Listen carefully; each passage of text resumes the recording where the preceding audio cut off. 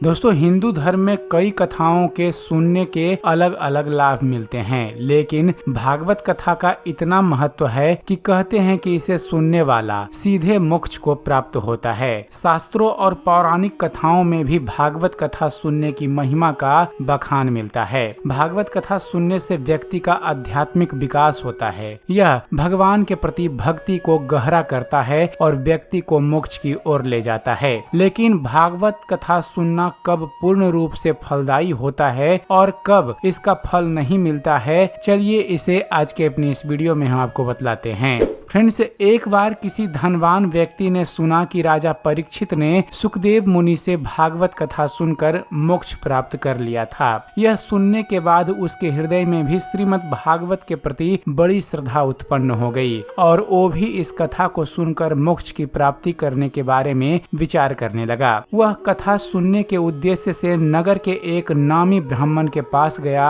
और उनसे भागवत कथा सुनाने की विनती करने लगा। पंडित जी नगर के सुविख्यात ब्राह्मण थे और आए दिन वह भागवत कथा का आयोजन करते थे। धनी व्यक्ति के आग्रह को सुनकर पंडित जी बोले, श्रीमान, यह कलयुग है। आज के समय में सभी धर्म कृत्यों का फल 4 गुना कम मिलता है। इसलिए यदि आप भागवत कथा का संपूर्ण फल पाना चाहते हैं तो आपको 4 बार भागवत कथा सुननी पड़ेगी। पंडित जी ने ऐसा दान दक्षिणा के लालच में कहा था, लेकिन वह धनी व्यक्ति पंडित जी की मनसा समझ नहीं पाया और बोला, अवश्य पंडित जी, जैसा आप उचित समझें। भागवत कथा का आयोजन हुआ। राजा परीक्षित ने केवल 1 सप्ताह भागवत कथा सुनी थी, जबकि उस धनी व्यक्ति ने 4 सप्ताह भागवत कथा सुनी, लेकिन कोई लाभ नहीं हुआ। पंडित जी लाभ होने का आश्वासन देकर कथा समाप्त करके अपनी दान दक्षिणा की पोटली बांधकर अपने घर को चले गए। वो धनी व्यक्ति दिन रात चिंता में यही सोचता रहता था कि उसने 4 बार भागवत कथा सुनी, पंडित जी को भरपूर दान दक्षिणा भी दिया, लेकिन फिर भी उसे मुक्ति क्यों नहीं मिली। एक दिन उस नगर में एक पहुंचे हुए संत का आगमन हुआ। तब धनी व्यक्ति को संत के बारे में पता चला तो वह भी अपनी समस्या लेकर उनके पास गया और संत से बोला, महात्मन, मैंने सुना है कि राजा परीक्षित ने 1 बार भागवत कथा सुनकर मोक्ष को प्राप्त कर लिया था, लेकिन मैंने कलयुग के हिसाब से 4 बार भागवत कथा का आयोजन करवाया, पर मुझे अभी तक मोक्ष की प्राप्ति नहीं हुई। ऐसा क्यों?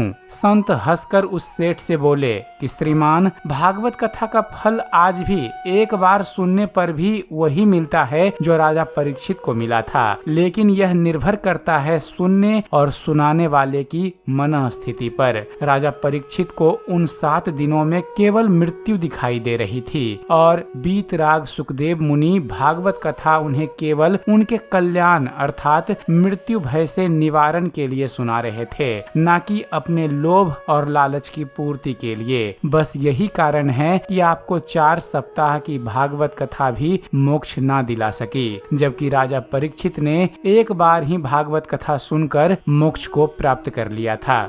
तो उम्मीद करते हैं फ्रेंड्स, आप सभी को हमारा ये वीडियो पसंद आया होगा। वीडियो पसंद आया हो तो वीडियो को लाइक और शेयर करना मत भूलिएगा और ऐसे ही ज्ञानवर्धक वीडियो देखते रहने के लिए आप हमारे इस चैनल ज्ञान मंथन को सब्सक्राइब जरूर कीजिएगा। आप हमारे इस चैनल को सब्सक्राइब कीजिए और देखते रहिए, जानते रहिए। धन्यवाद। जय हिंद।